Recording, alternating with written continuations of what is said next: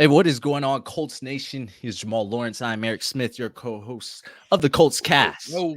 Hey, shout out to our day ones real quick. Let's just give a quick shout out. Well, shout out our day twos, our day threes, our day 474. It don't matter who's listening.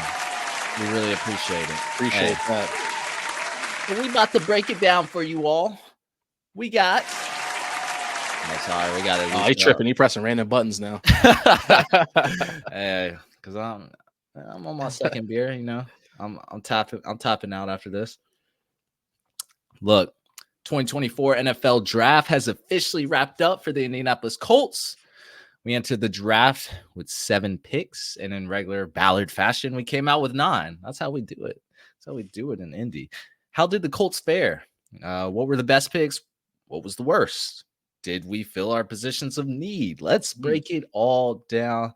Jamal, where are we about to start?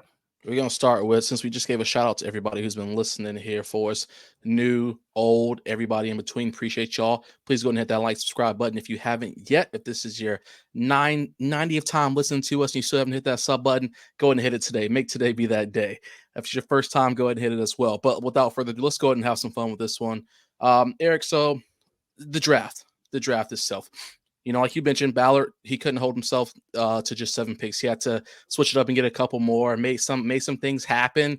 So a first round shocker could be for some people. Later on, some other shockers going on throughout the draft. Throw a grade real quick. Throw a grade? All right. I know you want to. Listen, I guess if I'm gonna be honest, man, I gotta give a grade of a B as in boy. I'll give a B. And you may be wondering why I'm giving a B, because I know a lot of things are saying A plus, PFF, all that other nonsense. Bravo. B as in Bravo. I'm sticking strong with the B, mainly because the B in Ballard decided to not touch the cornerback position until round 6. And you know, I know a lot of people on here, especially the day one listeners, y'all are like, oh boy, here we go. He's about to open up a can of worms and go down this Ballard rabbit hole. He's up, bro. Huh? Yeah. But I'm not going to do that. All I want to say is that, you know, real quick with the cornerback, because I think that everything else we did was really solid for what it's worth. But with the cornerback group, listen, Ballard told us in his press conference, he said, you know, these guys aren't young anymore. They're ready to go. But Jalen Jones is the only person, you know, who played every single game. We look at what Juju did last season. Of course, he missed OTAs and mini camp with the wrist injury, missed half of training camp because of the hamstring, missed games 1 and 2, missed games 8 through 15 with the quad, and left the final game with the hamstring injury. He wasn't on the field as much. When he was on the field, he was productive, but he wasn't on the field as much. So I can't sit here and say, with the small token we have of his playing time, he was on the field, that he is absolutely game ready come day one. So that's why I'm giving this one a B. But let's go ahead and get into it, Eric. What are you going to give him? What you give him for a grade? Oh man, you read my mind. I'm not giving this guy an A+ for the exact reason, Jamal. I mean, look, so first and second pick, I was like, let's get it. You know, kinda, because you know, if anyone tuned into any of my mock drafts, any single one of them, I'm pretty sure I had a cornerback going in the first round in every single one except one. I think one I had Brock Bowers. I thought he would slip. Looked into it a little bit more, got some more info. I didn't think he would, so I started switching it up. But you know, third round came around when we took Matt Goncalves from Pittsburgh. I was like, a tackle in the third round. You know, that's when I said I can't give Ballard an A. There were corners available there to take. Some ones that had Ballard traits: Kyrie Jackson, DeCamerion Richardson, TJ Tam. Like there were corners available that I thought had some upside. So when you turn around and the first corner we take is the 6th round, and Micah Abraham out of Marshall, ball hockey kind of guy, very anti-Ballard pick because he's doesn't have those traits he wants, but you got a 5'9" short-armed cornerback. Nothing against him. It's just I was expecting something more from a position that is of need. I don't care what Ballard says. I watched the games last season. I saw what was needed, my opinion, your opinion as well, Jamal, but absolutely.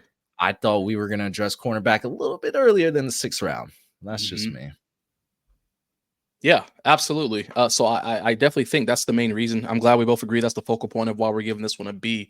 But just kind of taking it from the top, like you mentioned, I think picks 1 and 2 were great. I think they were really good, especially given the fact that we need that edge presence.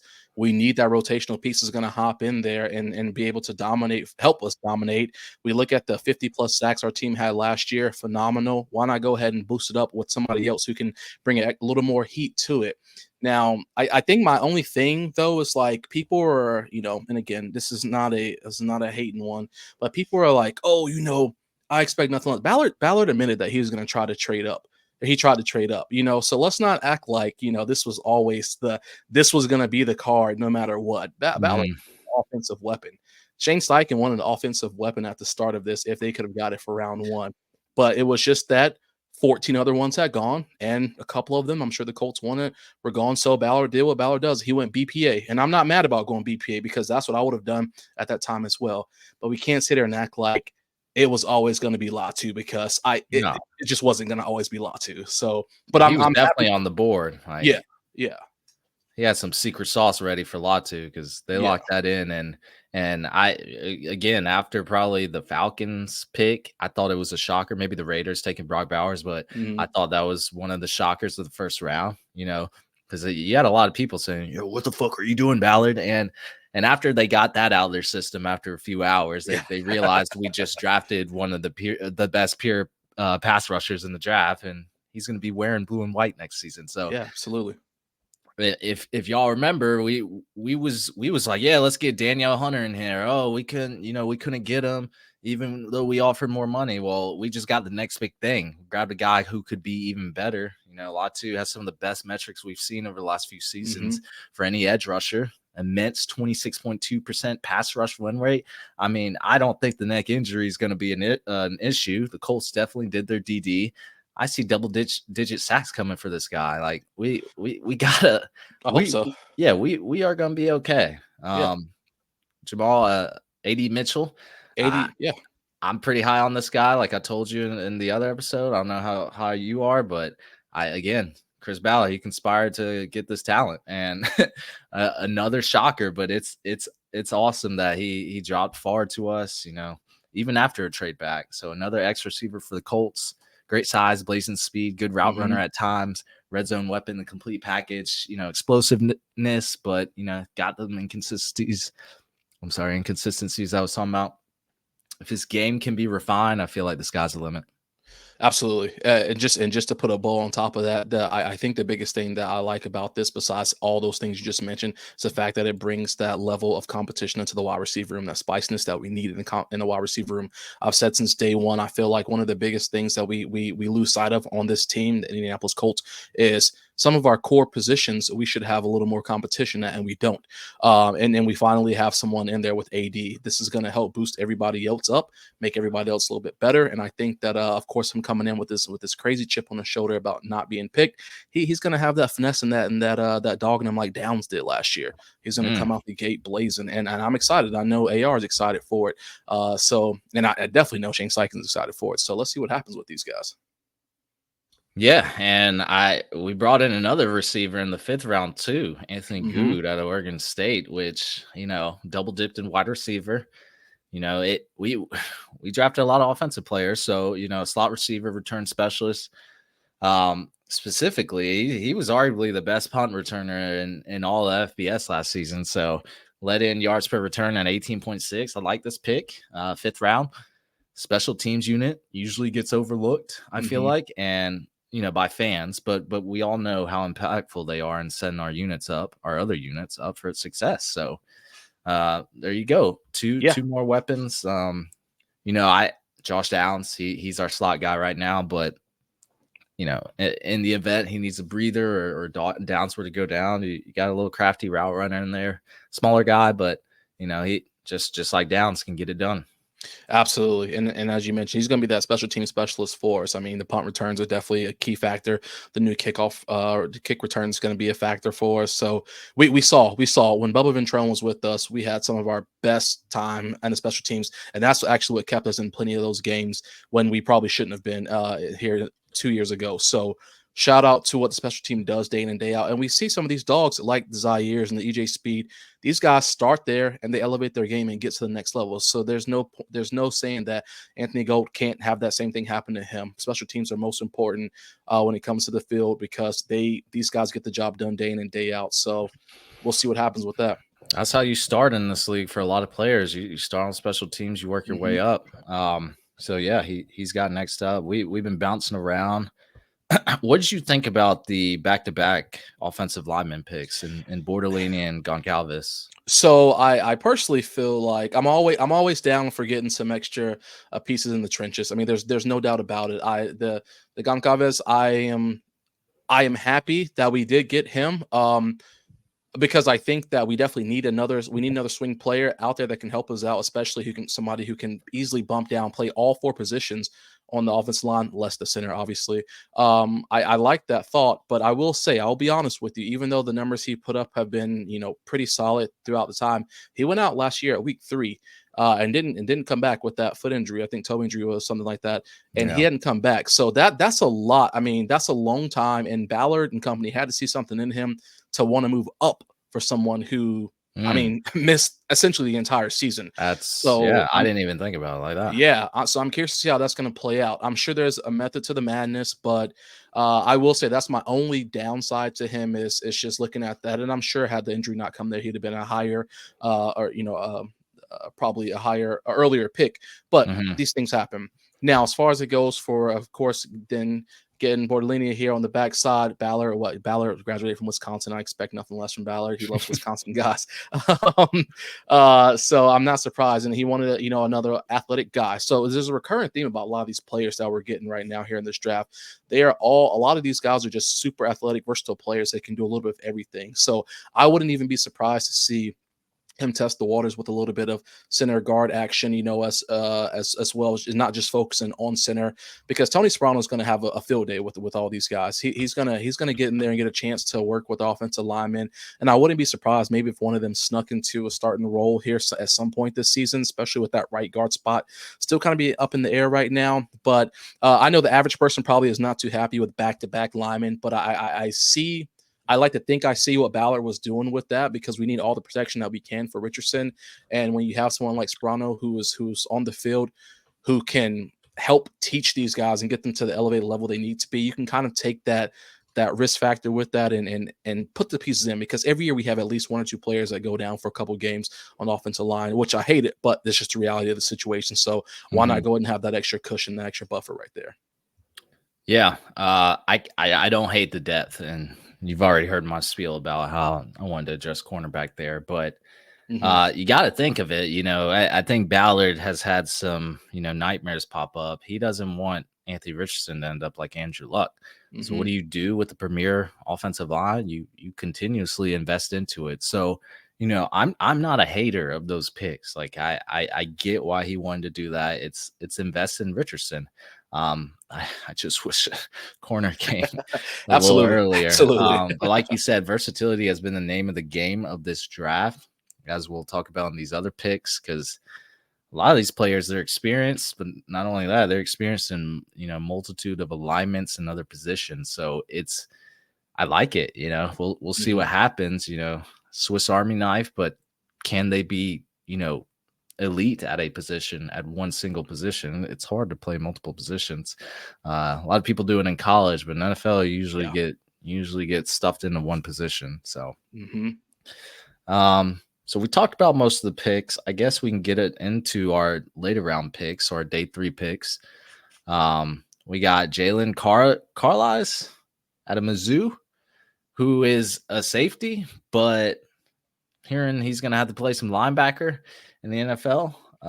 We also, our 3 5th round picks were Anthony Good, of course, and then Jalen Carlisle, and then Jalen Simpson, corner, safety. So, again, we talk about this versatility. They're listed at different positions depending on who you talk to. But I think Mizzou Jalen is definitely going to be a linebacker. I don't think he's playing safety in the NFL. But I think it's a solid pick with some upside. I think you bring that pass coverage to the linebacker Mhm. position, which is something I've talked about in our mock drafts that I feel like we're missing. And then, we've obviously needed safety help this entire time. So you get a guy with some great ball skills, knows how to bait a quarterback, and Simpson out of Auburn. It'll be interesting to see how Gus Bradley utilizes him. Thinking free safety for him. But again, we're we're in the 5th round, no cornerback until we get to the 6th. But what do you think about those 2 picks? I mean, yeah, like it's pretty much what you said. I really think that Carlisle, with him going down, more than likely to linebacker group, learning with EJ and Zaire, I think he has a chance to really showcase that pass coverage. I know his pass coverage rating was pretty high, so that's what he'll be working on. I think he had a kind of a couple of problems with some missed tackles. I believe he missed like 21 tackles or something like that last year, so that kind of scares me. But hopefully his ball tracking skills will work so he can bat down some passes for us. When he has to drop into a little bit of coverage there. So across the middle of the field, that's what I'm looking for from him. Yeah. 6th round, we get into Micah Abraham. And Marshall, this is the guy I was talking about earlier. Smaller guy, very anti-Ballard pick. Yeah. Kind of reminds me of Kenny Moore. I think he's going to be the depth at slot corner due to that size. And I don't think he's going to be able to play outside corner. But really good ball production as far perspective from a ball hawk. 15 passes defended to go along with 4 interceptions last season at Marshall. I don't hate this pick, and it's nothing against Abraham. It's just, I was looking for a guy in the earlier rounds in the day 2, possibly early day 3. Because corner is my position. I love me a nice cornerback, and if Quinyon Mitchell ends up being the next Sauce Gardner, I'm gonna be sick to your stomach. And the Eagles loaded up at corner. Oh yeah, they knew what they were doing. So, but we got Abraham. Obviously, I don't project him being a starter right now, but he's going to compete. A lot of these late round picks, they got that chip on their shoulder, especially if they feel like they should have been earlier round, kind of like AD Mitchell. A lot of people said he looked pissed. It wasn't that he was pissed the Colts drafted him. He was pissed that he fell to the late 2nd round. I mean, I bet his whole family, everybody was saying, oh, yeah, I see you as a 1st round pick. So, again, I see him in that slot corner role. Didn't really feel the need on the outside corner, but I don't know, Jamal, shine some light on this, maybe make me feel a little better. The only thing I can really think at this point is going back to some of the restructuring of Buck's contract and things like that. Is maybe they're still going to try their light at vet somewhere down the line. That's the only thing I could possibly think. And it ain't gonna be Gilly Lock, so people can stop talking about that. Stephon Gilmore's not coming back to Indianapolis. He wanted to get out of here, and that ship sailed. So that's the only I could think is maybe they're gonna try their best to get a vet, or as I said before, Ballard, man, he sticks his guns. He said that he thinks there's nothing wrong with the group. As long as people show up, and again, he did the same thing with the offensive line a couple years ago, and we led the league in sacks. But I'm not going to go down that rabbit hole. So hopefully he knows what he's talking about when he says that. And if there are no decisions being made, Gus Bradley has something up his sleeve. But I ain't too high on it right now. Y'all think like a Xavier Howard signing is gonna fix? Hey, we're not getting into. I didn't say that. Hey, next up. Hey, let's get to our last pick. Jonah Lalu out of Oklahoma. So defensive tackle. I actually love this pick. 7th round, high rise score guy, 9.62. Again, versatility. He's played everywhere on the D line, so special teams ability as well. So you get a guy that you can insert almost anywhere, swing him for that upside because he's an amazing athlete, has some amazing traits, showed at pro day. He's got all the potential to be like a sneaky good player in the NFL if he can put it all together. But, if there's always that if, he has to be coached hard. Technique has to improve vastly. But this is what we do in the 7th round. We take swings. We took a swing at Rodney Thomas, and he's shown some upside there, and he's filled in when needed. Of course, he took a step back last season, but this is what you do in the 7th round. You sometimes find some gems in the rough, right? Yeah, absolutely. And hopefully he can get a chance to get out on the field and make a bit of a difference. I mean, obviously we know that we have a stacked defensive line unit. I mean, there's probably 86 players in there alone. So just adding one more to the party. Why not let him get a chance to get out there and have some fun? But yeah, we're going to see what happens. I mean, these guys, they get the chance to make a name for themselves. And like you said, we've seen plenty of people come out these late rounds, these 7th-round picks, and they show up and show out. I mean, Jalen Jones, Zaire Franklin. I mean, these their names just on the Colts and other teams as well. So we'll see, man. I mean, Was how does it Jalen make you? Jones a 7th-round pick? Maybe he was a 6th round I pick. He don't was late. remember. I I know don't he know. was late, I but could be even I could that be talking out my neck. Let me see real quick. day 3 picks. I mean, they do show out. There's like I was looking up the other day. You know, Richard Sherman was a 5th-round pick. Mm-hmm. I mean, there are guys that come out of here that do produce. So we always have to keep that in mind. But you know, your early round picks are the ones that are a little bit more common to succeed in the NFL. That's why Just they to get confirm, drafted. he was a 7th-round pick. Yeah, pick He number was 4. okay. So, I yeah, just couldn't remember. yeah, yep, Yeah, again, Jalen Jones. yeah. He started a lot of games last season, Mm-hmm. right? All So of them. you know, I think it oh was. yeah, Yeah, was it all of them? pretty sure he had the most games out of all of our guys. Because yeah, Dallas Flowers was out. Darrell Baker Jr. got Mm-hmm. benched out of time. Yeah, Mm-hmm. see, like it Can happens, happen. and Jalen Yeah. Jones showed out in training camp. So Mm-hmm. this is what I'm talking about. This is good. So maybe when it's all said and done, maybe Ballard does truly believe in this secondary. So he didn't invest too much into it besides the safety group. So maybe I'm wrong. You know, maybe we don't need a Terrion Arnold. I wouldn't get too far ahead of yourself. I mean, You know, Nate yeah, Wiggins. We don't need any of these guys. We got hey, listen, but the draft can't be perfect. We're gonna pick it apart. This is what we absolutely. do. It's opinionated. Giving it an A+ doesn't mean anything. We gave the last draft. I won't say we. Y'all gave the last draft an A+, and see where that got us. I would not say that the last draft class was an A+. But look, y'all said he was getting steals out the wazoo. But hey, we're not gonna go there. All I'm saying is, listen, I'm gonna say it just like we said, just like not we, but just like people said after free agency started. There ain't no offseason Super Bowl. So even if we have an A+ draft, don't mean that we about to go in there and win 15 games next season. Just Because makes us feel a lot better of these going players, going it makes you into feel it. better. But a lot of these players, some of these players aren't gonna make the team. Some, we saw it happen last year. Players who got picked up, they got cut immediately. So these things happen. You know what I'm saying? So I'm excited for this one, but hopefully we'll see. Like I said, there ain't no off-season Super Bowl in the words of a lot of people.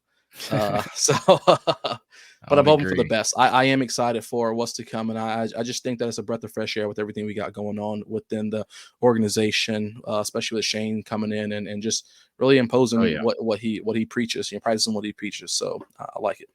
Yeah, he holds everyone accountable. Yeah, We saw that last season, boy. yeah, absolutely. Motherfuckers was getting benched left and right. Looking Getting silly. cut. Yeah, like that was crazy. Hey, Yeah. but we're almost 23 minutes in. Let us know what y'all think in the comments. We talked about the entire draft. That's our breakdown. That's our opinion. Want to see what you all think. Colts football, man. It's gonna be fun. Anthony Richardson's got to stay healthy. Shane Absolutely. Steichen's, he's going into his 2nd year. Everything should be trending upward, especially with the additions Mhm. we made in this draft class. So I'm excited. I know Jamal's excited. We're all Absolutely. excited, man. So Can't wait for training camp. Can't wait for training camp to be out there a couple hey, times. Have some fun. hey, you going out, right? Live coverage, baby. Absolutely. Live coverage. Hey, you got anything else? That's it for me, man. Appreciate y'all listening. If you Hey, made it this far. absolutely. Thank you for joining us today. That's going to be it for us, everyone.